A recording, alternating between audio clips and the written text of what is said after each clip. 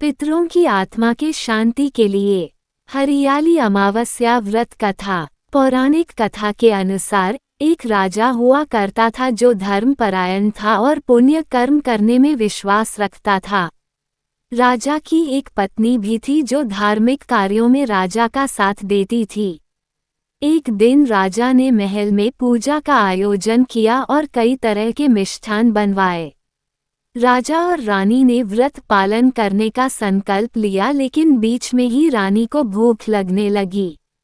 रानी ने पूजा के लिए तैयार की गई मिठाई में से थोड़ी सी मिठाई खा ली और जब राजा ने रानी से पूछा कि मिठाई कम कैसे हो गई, तब रानी ने झूठ बोल दिया कि मिठाई चूहे ने खा ली है।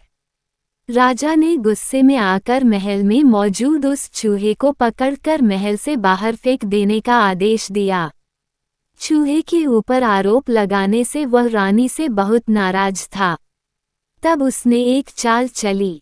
चूहे ने रानी के कमरे से रानी से कपड़े ले जाकर अतिथि कक्ष में रख दिए और जब राजा ने रानी के कपड़े अतिथि के कक्ष में देखे तो वह रानी पर बुरी तरह गुस्सा हो गया। राजा ने रानी को महल से बाहर निकाल दिया।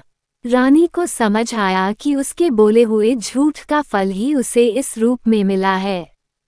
इसके बाद रानी ने शिवजी और माता पार्वती की पूजा की। रानी रोज शाम में दिया जलाती और ज्वार उगाने का काम करती थी। रोज पूजा करती थी, गुड़धानी का प्रसाद बांटती थी। एक दिन जब राजा शिकार करके उधर से जा रहे थे तो राजा की नज़र रानी पर पड़ी। राजा ने अपने सैनिकों से कहा कि जाओ और उस पेड़ को देखो।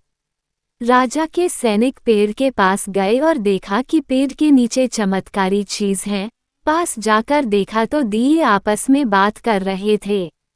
आज किसने क्या खाया और कौन क्या है? दियों में से एक ने कहा कि मैं राजा के घर का हूँ, मैं रानी का दिया हूँ।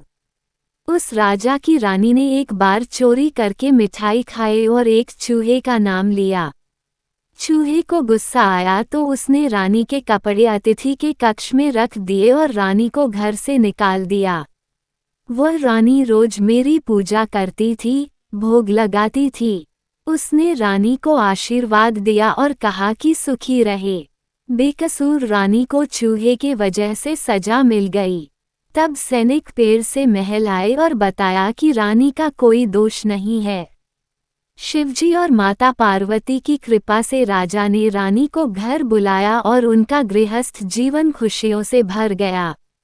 तब तक सुनते रहिए।